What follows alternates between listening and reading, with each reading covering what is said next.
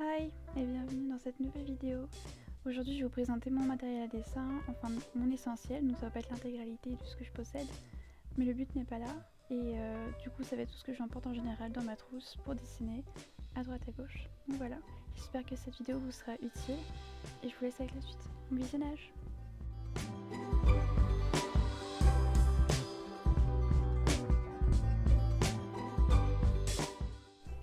Alors la présentation commence avec un feutre de chez Sipa. Donc en fait je l'ai eu sur Notebook Therapy, donc il y a un site que je vous mettrai en lien dans la description. C'est pas les crayons que je recommande forcément, mais en tout cas ils ont une bonne intensité et je les aime bien, ils sont assez pratiques.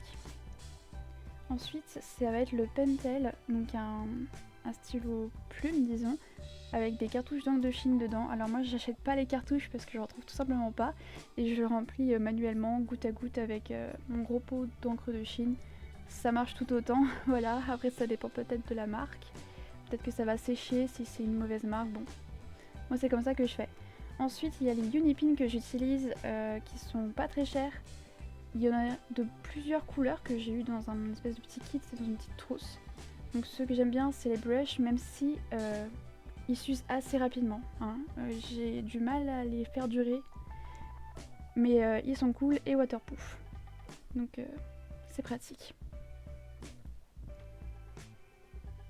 Ici nous avons du coup un Zinc Millennium de la marque Kuretake Japan qui commence à être assez connu, que j'ai eu dans une scrollbox, donc c'est une découverte. Je ne saurais pas où vous dire l'acheter, mais il est vraiment pratique, waterproof et je l'aime beaucoup.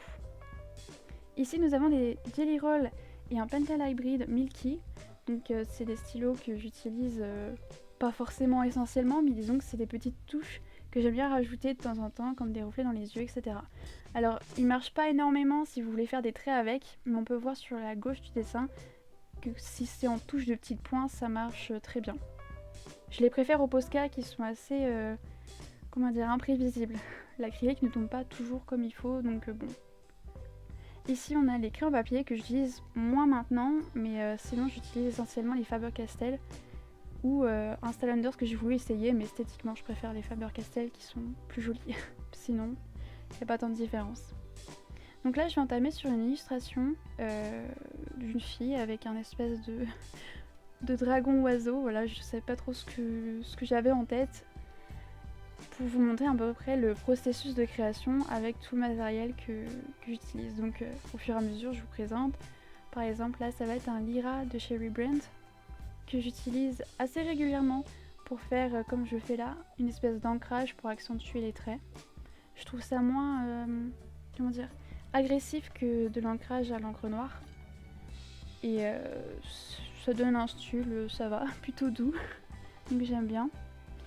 Alors j'utilise beaucoup de marques différentes de feutres à alcool, donc comme les Pro Markers, les Copic, les Graphites, les Twins Markers de chez Action, mais je préfère quand même les Copic parce que leurs brushes, j'aime beaucoup, ils sont doux, etc. L'inconvénient évidemment c'est le prix, 5€ l'unité, ça fait mal, mais bon après je complète avec les autres feutres à alcool que je possède. Là on peut remarquer, ou pas, que je fais ce dessin sur un carnet Moleskine. Donc ça va être avec leur nouveau papier, donc c'est le nouveau carnet on va dire. Et pour le feutre à alcool ils sont idéaux, le papier est très lisse. Seulement dès que je vais passer à l'aquarelle, comme vous allez voir plus tard, je vais faire une tache et essuyer vite fait, ça va bousiller le papier. Pas tant le faire gondoler, mais disons que ça va comme creuser on va dire. Et c'est un peu une déception parce qu'avant j'utilisais des Moleskine et ça marchait très bien. L'aquarelle il n'y avait aucun souci, et maintenant ben, c'est un peu la catastrophe on va dire. Donc là j'utilise une aquarelle métallique pailletée si je puis dire, de chez Dalian Rollet, et je ne le conseille pas tout simplement. C'est un kit avec de l'argenté et de l'or, et comme vous pouvez voir à la lumière ça fait super beau, mais dès qu'il y a un peu d'ombre ça fait un effet de sable sale, c'est pas très beau, voilà. Donc on voit l'inconvénient de la feuille un peu cassée sur la gauche. Donc je vais utiliser plusieurs crayons, dont les Winsor & Newton que je trouve très vifs, c'est pour ça que j'ai pu faire le dragon avec. Et là c'est mon aquarelle que j'ai composé du coup moi-même parce que les autres boîtes d'aquarelle qu'on achète un peu en kit, il y a toujours les mêmes couleurs à l'intérieur globalement, alors que là j'ai pu faire une petite composition moi-même. On peut même mettre un pinceau à réservoir d'eau, un petit par contre, donc c'est assez pratique. Il y a même une petite encoche en bas pour pouvoir tenir quand on peint à l'extérieur. Donc cette boîte m'a coûté environ 11 ou 14 euros sans rien dedans, ce qui est assez cher. Et là nous avons un pinceau que c'est un tout nouveau pinceau en soi, donc je l'utilise depuis très récemment. Mais il est assez pratique. Apparemment il a coûté assez cher, c'est pas moi qui l'ai acheté, on me l'a offert. Mais je vous le conseille, bien que les pinceaux à réservoir d'eau font très bien l'affaire aussi pour débuter. Voilà. Donc là je vais essayer de rattraper un petit peu mon espèce de dragon, on va dire. Accentuer les traits. Là j'utilise de l'encre aquarellable, en fait je sais pas exactement ce que c'est, mais je ne vais pas vous le recommander parce que j'utilise très peu. Par contre le vert que j'utilise pour accentuer, c'est une encre de Sennelier, je pense que vous connaissez, et qui est superbe, hein. Sur ce papier ça fait moche mais elle est superbe. Donc voilà. Après vous pouvez voir que là je voulais faire des herbes au crayon de couleur et j'ai dû tout refaire au stylo bic parce que vu que j'ai humidifié la feuille, même si c'était sèche, eh ben ça voulait pas,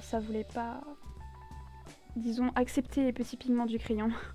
Donc j'ai dû, hop, scolairement mettre un stylo bic. Donc voilà, j'espère que la vidéo vous sera un peu utile et je vous retrouve peut-être pour une prochaine vidéo. Au revoir, merci d'avoir regardé.